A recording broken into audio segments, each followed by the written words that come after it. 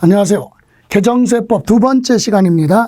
이어서 앞에서 설명한 거랑 이어서 가죠. 자, 지방세법에 이번에는 재산세 분할 납부에 대해서 봅니다.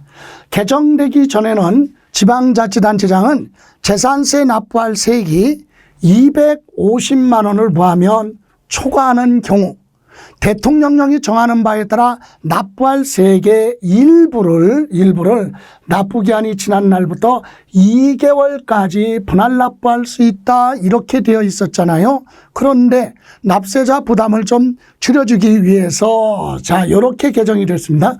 지방자치단체장은 재산세 납부할 세액이 250만 원을 부하는 경우, 초과하는 경우 대통령령이 정하는 바에 따라서 납부할 세액의 일부를 납부기한이 지난 날부터 2개월이 아니라 3개월, 요거 3개월, 2개월이 아니라 3개월, 요거 반드시 정리를 하셔야 됩니다. 그러면 대통령령이 정하는 방법, 그러면 구체적으로 얼마라는 얘기예요?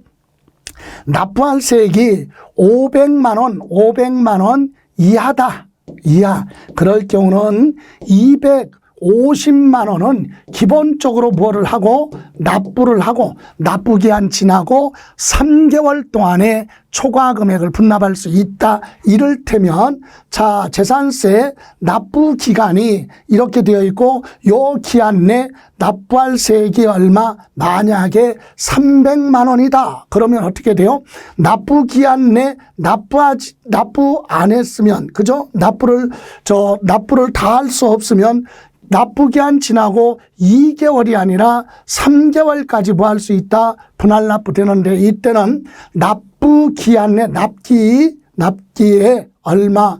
250만 원은 납부하고 나머지 초과되는 금액은 요 기간에 50만 원을 분납할 수 있다, 이 얘기고, 만약에 400만 원이다 그러면 여기서 250만 원 납부하고 여기서 150만 원을 3개월 동안 나눠낼 수 있죠. 그런데 500만 원을 무할 때는 초과할 때는 최대한 나눠낼 수 있는 것이 100분의 얼마? 50 이하의 금액으로 분납할 수 있다. 그러면 만약에 600만 원이라면 여기서 300만 원, 여기서 300만 원 나눠서 낼 수 있는데 여기가 더 많을 수는 없다는 얘기예요. 100분의 50 이하의 금액으로 나눠낼 수 있다. 그래서 분납할 수 있는 기간이 2개월이 아니라 이제 몇 개월이에요? 3개월. 작년에 공부하셨던 분은요, 요것을 반드시 정리를 하시기 바랍니다. 그래서 올해 2024년 1월 1일부터 적용되는 내용이죠. 또 하나, 작년에 5월 달에 개정해서 들어온 내용이 바로 재산세 납부유예. 이 납부유예는 종합부동산세도 똑같이 적용이 됩니다. 그래서 납부유예는 자, 1세대 1주택자에 대한 재산세 납부할 세액이 일정 금액 하면 100만 원을 무할 때, 초과할 때 뭐 할 수 있느냐? 납부유예 신청을 하면 납부유예 해주는데, 납부유예는 만료, 납부기한 끝나기 3일 전까지 신청을 하고, 이때는 반드시 담보를 제공을 하면 납부유예 받을 수 있죠. 1세대 1주택자가 아닌 경우는 해당되지 않습니다. 조금 부수적으로 얘기하면 1세대 1주택 소유자가 60세 이상이거나 아니면 1세대 1주택을 5년 이상 보유하고 있는 자의 종합소득 금액이 얼마? 7천만 원 이하고 1세대 1주택 납부할 세액의 재산세가 100만 원을 초과하는 경우 만료 3일 전까지 납부유예 신청을 하면 납부유예 혜택을 주는데, 그러면 똑같은 내용인데 개정된 내용이 바로 뭐냐? 이 부분이에요. 1세대 1주택자인데 여기서 시가표준에 9억을 초과하는 주택을 포함시켰다. 그래서 9억 초과하는 건 제외 그랬는데 올해부터는 요거까지 9억을 초과하는 주택도 포함을 해서 1세대 1주택자에 포함시키겠다 이겁니다. 과거 작년까지는 1세대 1주택인데 시가표준액이 얼마? 9억을 초과하면 1세대 1주택자로 보지 않았어요. 그런데 9억을 초과하더라도 주택이 몇 개면 하나면 인정이 된다. 그래서 포함을 해서 이 부분이죠. 포함을 해서 지방세 주택분 재산세 납부 유예 신청을 하는데 3일 전까지 신청을 하고 반드시 담보를 제공했을 때 납부 유예해 줄 수 있는데 앞에서도 얘기했듯이 요건이 있다고 그랬죠. 1세대 1주택자로서 두 번째 60세 이상인 자가 주택을 소유했거나 아니면 5년 이상 1세대 1주택을 보유하고 있는 자로서 일정 소득 금액이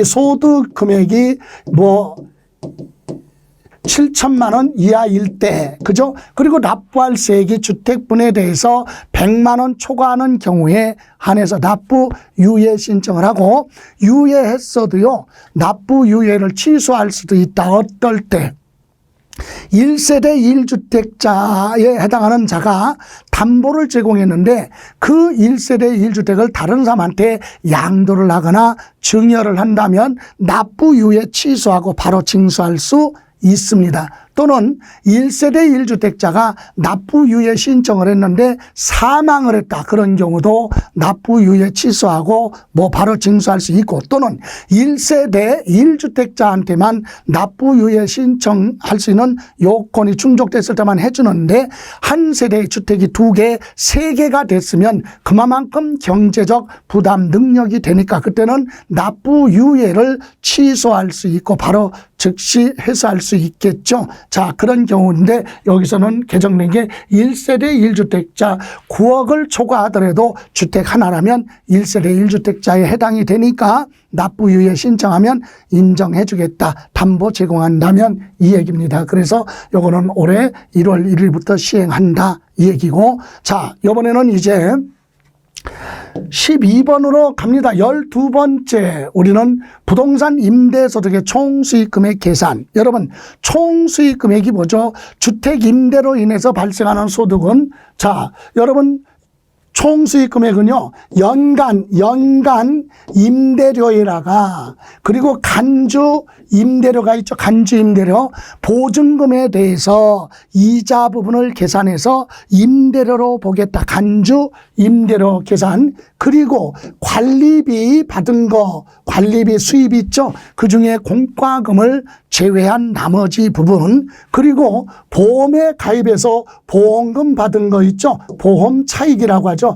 보험금 수령한 걸로 화재로 소실된 부분을 복구를 하고 남는 금액도 수익으로 계산한다. 이것이 우리 총수익 금액이에요. 이게 총수익 금액이거든요. 이때 우리는 간주 임대료를 시험에서 물어보죠. 그래서 간주 임대료는 일반 부동산의 경우는 보증금, 전세금 받은 거에 대해서 간주 임대료 계산합니다. 요거에다가 이자율을 국세청에서 정하는 이자율을 곱해서 1년치를 계산해서 뭘로? 임대료로 본다. 그게 간주 임대료거든요. 그런데 주택의 경우는 달라요. 일반 상가는 무조건 간주 임대료 계산을 하는데 주택은 안 그렇죠. 소규모 주택 임대사업자는요, 기여도를 인정해 줘요. 그 얘기는 무슨 말이냐? 개인이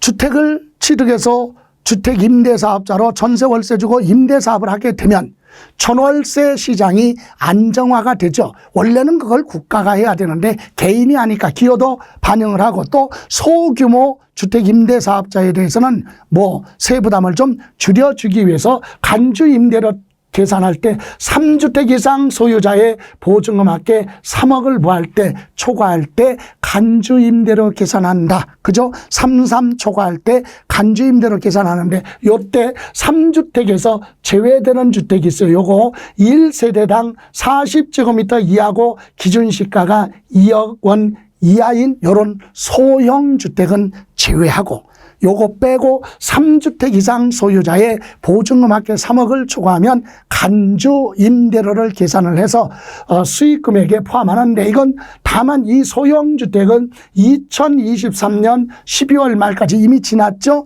그때까지만 주택세에서 제외된다 그랬는데 요번에 개정된 부분이 2가지입니다. 하나, 여기 3주택 이상 소유자의 보증금액 3억을 초과할 때 간주임대로 계산하는데 소형주택 한 세대에 40제곱미터 이하인 주택으로서 기준시가 2억인 경우는 2026년 12월 말까지, 여기서는 2003년인데 3년을 연장했다 이거죠. 연장. 그래서 2000몇 년 26년까지는 주택수에서 뭐한다? 제외한다. 그런데 여기까지 우리 시험에서 관련이 있는 부분이에요. 그런데 니은 요게 신설된 겁니다. 개정돼서 신설된 거. 니은 2주택, 3주택이 아니라 주택 몇 개, 2개 가지고 있고, 그리고 기준시가 12억인 주택을 포함하지 않고 12억을 이하인 주택은 포함하지 않고 그거 초과하는 주택으로서 2주택이고 보증금 합계가 얼마 3억 원 이상인 경우에는 간주임대로 계산하겠다 이 얘기예요. 그러니까 지금은 3주택 소유자의 보증금 합계가 3억을 초과할 때만 간주임대로 계산을 하는데 앞으로는 2주택 가지고 있는데도 기준시가가 12억을 초과하는 주택을 2개 이상 가지고 있다면 그거에 대한 보증금에 대해서 간주임대를 계산하는데 여기 보세요. 여기 요거는요. 요때부터 시작이에요. 2026년 요건 실무적으로만 기억하세요.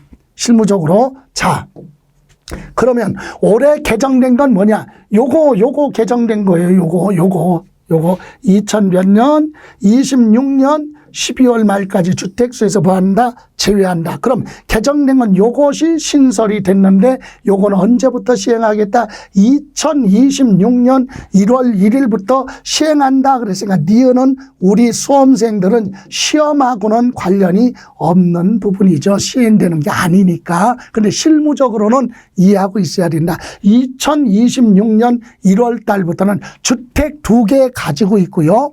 그리고 기준시가 12억을 초과하는 그런 가격이 높은 주택 2개만 가지고 있어도 간주임대로 계산해서 수익금액 계산하겠다. 즉 소득세 과세하겠다. 이 얘기니까 임대사업하는 분들은 이걸 좀 참고하시면 되고 우리 시험에서는 관련이 없다. 이렇게만 이해하시면 되겠습니다.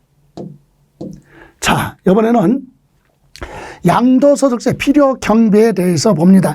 필요경비하면 양도가액에서 필요경비를 차감해서 양도차익이 나오는데 증여재산 이월과세가 있어요. 증여재산 이월과세가 무슨 뜻입니까? 자, 부모 자식 간에 했지요. 부부 간에 뭐를 증여를 받고 또는 부모 자식 간에 증여받은 부동산 등을 몇 년 안에 10년 안에 양도를 했어요. 그때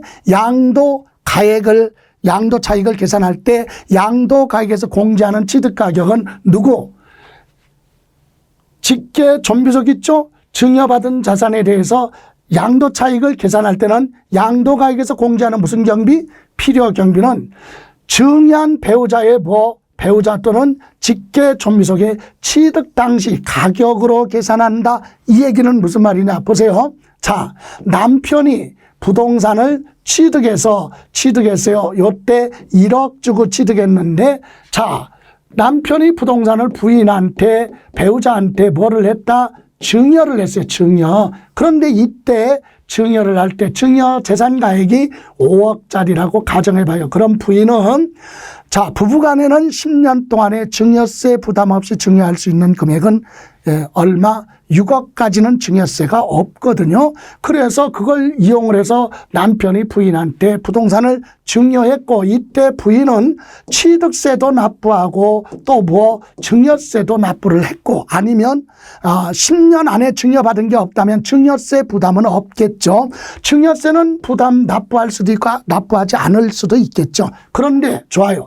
이렇게 증여받고 요 증여받은 날로부터 몇 년, 10년 안에 이쯤에 누구한테 타인에게 이 부동산을 10억에 양도를 했다고 가정해봐요. 팔았어요. 그러면 양도소득세 어떻게 계산하느냐? 이게 증여재산 이월과세거든요. 그래서 증여한 남편 기준으로 계산하겠다. 이 얘기는 보세요. 자, 양도소득세는 누가 납부합니까? 부인이 팔았으니까 부인이 양도소득세를 부담하는데 얼마에 팔았어요? 10억. 여기서 취득가격은 본인의 취득가격 5억을 인정하지 않고 누구? 증여한 남편의 취득가격 가지고 양도 차익을 계산한다 이 얘기입니다. 본인의 취득가격이 아니라 증여자의 취득 당시 가격 가지고 하니까 매매 차익이 많이 나오잖아요. 대신 여기서 증여받을 때 납부한 뭐가 있으면 증여세가 있으면 필요경비로 해서 빼고 나머지를 무슨 차익? 양도 차익으로 계산하겠다 이건데 올해 개정된 것은 뭐냐? 요 사람이 증여할 때까지 남편이 부담한 뭐가 있으면 자본적 지출이라고 그래요. 여러분 자본적 지출이 뭡니까?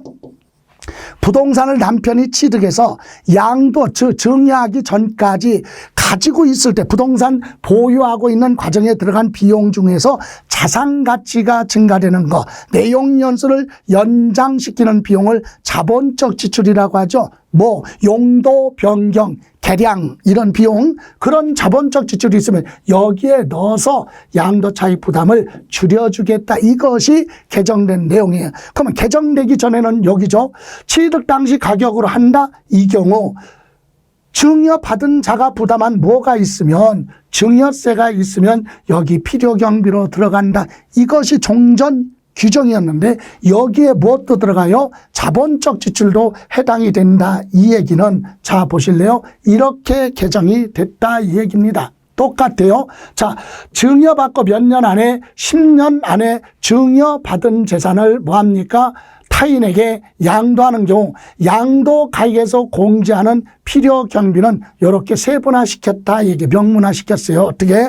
첫 번째 취득가격은 뭘로 한다? 여기 취득 당시 누구의 취득 당시? 증여한 배우자 남편이 증여했으면 남편의 취득 당시 가액으로 한다. 이거 맞아요. 그대로. 그리고 필요경비는 거주자의 배우자 또는 직계존비속이 해당 자산에 대해서 지출했던 거 증여하기 전까지 지출한 뭐 자본적 지출이 있으면 이 비용을 필요경비로 인정해 주겠다. 요 부분이 추가가 된 거예요. 그리고 거주자 부인이 증여받은 재산에 대해서 납부했거나 납부할 뭐가 있으면 증여세 상당액이 있으면 필요경비에 산입한다. 요 1번하고 2번, 3번의 경우는 종전 규정 그대로입니다. 그런데 추가로 된 건 몇 번? 2번. 증여자가 증여할 때까지 지출 보유기간에 발생한 자본적 지출이 있으면 그것도 필요경비에 넣어서 양도소득세 부담을 좀 줄여주겠다라고 개정이 된 부분 2번이 새롭게 들어온 거. 그래서 우리는 기억할 때 수증자가 증여받은 자가 부담한 증여세나 증여자가 지출한 자본적 지출액은 필요경비에 산입한다. 올해부터 해당이 되는 내용입니다. 요거 꼭 기억하세요. 증여재산 2월 과세에 증여받았을 때 납부한 증여세만 필요경비 들어가는 게 아니라 증여한 사람이 증여할 때까지 발생한 자본적 지출액이 있으면 그것도 필요경비에 넣어서 양도소득세 부담을 줄여주겠다라고 하는 내용이 되겠습니다. 예, 다음에 뒤에 가서 소득금액 계산할 때 우리 장기보유 특별공제에 대해서 봅니다.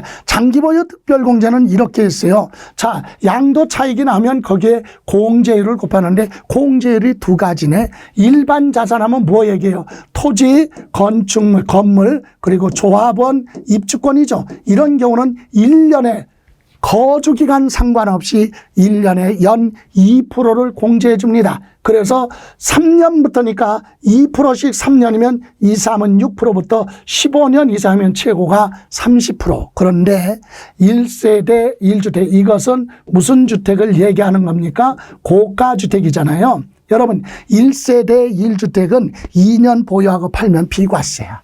계산 안 해요. 근데 여기서는 과세하고 공제하는 건 뭐예요? 1세대 1주택이라도 실거래 가격이 12억을 부하는 거. 실거래 가격이 뭐예요? 12억을 부하면 초과하는 그런 주택은 고가주택이에요. 고가주택은 비과세가 아니라 과세야. 과세인데 장기보유 특별공제를 좀 많이 해주겠다. 형평성을 고려해서. 그래서 보유기간에 1년에 4%. 보유는 뭐죠? 취득에서부터 양도할 때까지 소유하고 있던 기간 1년에 4%씩 계산해주고, 또 하나는 거주기간, 주민등록법에 따라서 전입한 날로부터 전출한 날까지 그거 계산을 해서 1년에 4%씩인데 기본이 몇 년 거주하라? 2년 거주해야 돼요. 2년 거주. 그럼 보세요. 1세대 1주택은요, 어떻게 해서 최저 20%가 나오냐면요, 만약에 3년을 보유했다. 1세대 1주택. 그럼 3년이니까 1년에 4%씩. 그죠? 보유기간이 3년이라면 3, 4, 12, 12%잖아요. 그리고 기본 몇 년? 2년을 보였다고요? 거주했다. 2년은 살았어요. 그러면 4%씩이니까 2, 4, 8%잖아요. 그래서 요거 합쳐서 기본이 몇 프로? 20% 이렇게 공제해 주겠다. 최소한의 금액이 이 얘기예요. 그럼 만약에 5년을 보유했고요. 5년 보유했고 5년 동안 거주했다. 그러면 어떻게 될까요? 1세대 1주택은. 자, 5년 곱하기 1년에 4%씩이니까 5, 4, 20. 그리고 거주기간 5년에 역시 1년에 4%씩이니까 20%. 그럼 합쳐서 더한 몇 프로? 40% 공제받을 수 있다. 이 얘기죠. 그런데 보유기간이 예를 들어서 이를테면 5년 보유했어요. 그러면 5년 보유 곱하기 곱하기 4%씩 해서 20% 공제해 주는데, 주민등록 두고 거주는 3년을 보유했다, 거주했다고 가정해 봐요. 그러면 3년 곱하기 4%니까 3, 4, 12 그러면 합치면 몇 프로예요? 32%를 공제해 주겠다. 보유기간 따로, 거주기간 따로. 기본 몇 년은 거주하라? 2년. 만약에 10년은 보유했는데 2년 거주 못했다. 그럼 이걸로 가는 게 아니라 여기로 가는 거예요. 요건을 충족하지 못했으면 거주기간 따지지 않고 보유기간만 계산해 주는 걸로 가는 거죠. 그래서 1세대 1주택은 기본이 몇 년? 5년 2년은 거주했어야 돼. 기본. 그래야 공제를 많이 해줍니다. 그런데 이것이 개정된 내용은 어떤 거냐? 처음부터 주택이 아니라 상가주택 같은 거 상가로 사용하다가 용도 변경을 해서 중간에 주택으로 변경해서 용도 변경. 그러면 주택이잖아요. 그렇게 사용하다가 양도를 할 때는 그럼 어떻게 할 거냐? 그러면 보유기간 상가 건물로 보유하고 있을 때 보유기간은 1년에 2%씩 계산해서 그거 계산해 주고, 주택으로 용도 변경했으면 그때부터 주택이잖아요. 그때부터 무한 거 양도할 때까지 보유기간 계산을 해서 공제를 해 주겠다. 그 부분이 이렇게 세분화시킨 내용인데, 이렇게 요게 3번이 신설됐어요. 요거는 똑같아요, 지금. 1번, 2번은 요거 내용이 그대로 똑같이 적용되는데 3번 요 부분이 신설됐다. 어떻게? 일반 건물을 주택으로 사용하고 있다. 그러면 기역, 니은, 디귿 계산에 따른 공제를 다 더하는데 요거 합쳐서 100분의 40보다 뭐하면 크면 최고가 한도가 100분의 40까지를 인정해 주겠다 이 얘기인데, 이건 무슨 말이냐? 일반 건물의 보유기간 있죠. 자, 상가 건물로 사용하고 있었어요. 그럼 주택으로 용도 변경하기 전까지 보유기간이 있죠. 거기에 1년에 몇 프로? 2%씩 계산해서 만약에 5년 정도 가지고 있다가 주택으로 용도 변경했다. 그러면 5년 계산하면 10%네. 그죠? 그리고 주택의 보유기간, 이제 주택으로 용도 변경을 해서 3년 정도 가지고 있었네요. 그런데 그게 보다 1세대 1주택이다. 그러면 뭐예요? 1세대 1주택이면 3년이다. 그러면 3, 4, 12. 그죠? 그리고 주택에서 거주한 기간이 또 3년이다. 그러면 3, 4, 12. 그죠? 이렇게 해서 12.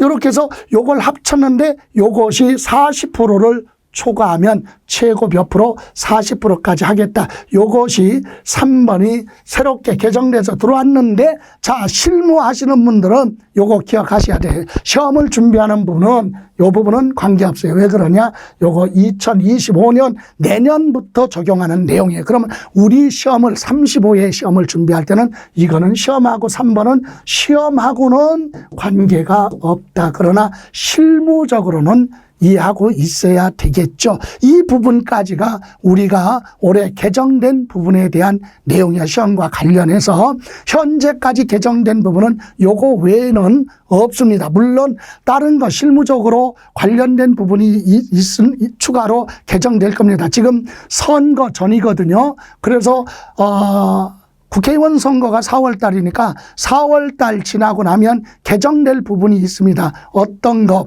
중과세 부분, 취득세 다주택자 취득세 할증하는 거, 양도소득세에서 할증하는 거, 이런 부분은 현 정부에서는 중과세 안 하겠다 그랬으니까 발표를 했기 때문에 구체적으로 법률은 개정되지 않았지만 4월쯤에 되면 개정이 될 걸로 예측이 됩니다. 4월 선거가 끝나고 나면. 그래서 그때 가서 개정된 부분이 있으면 추가로 또 설명드리고, 현재까지 시험에 관련해서 우리가 정리해야 될 부분은 이 정도 부분입니다.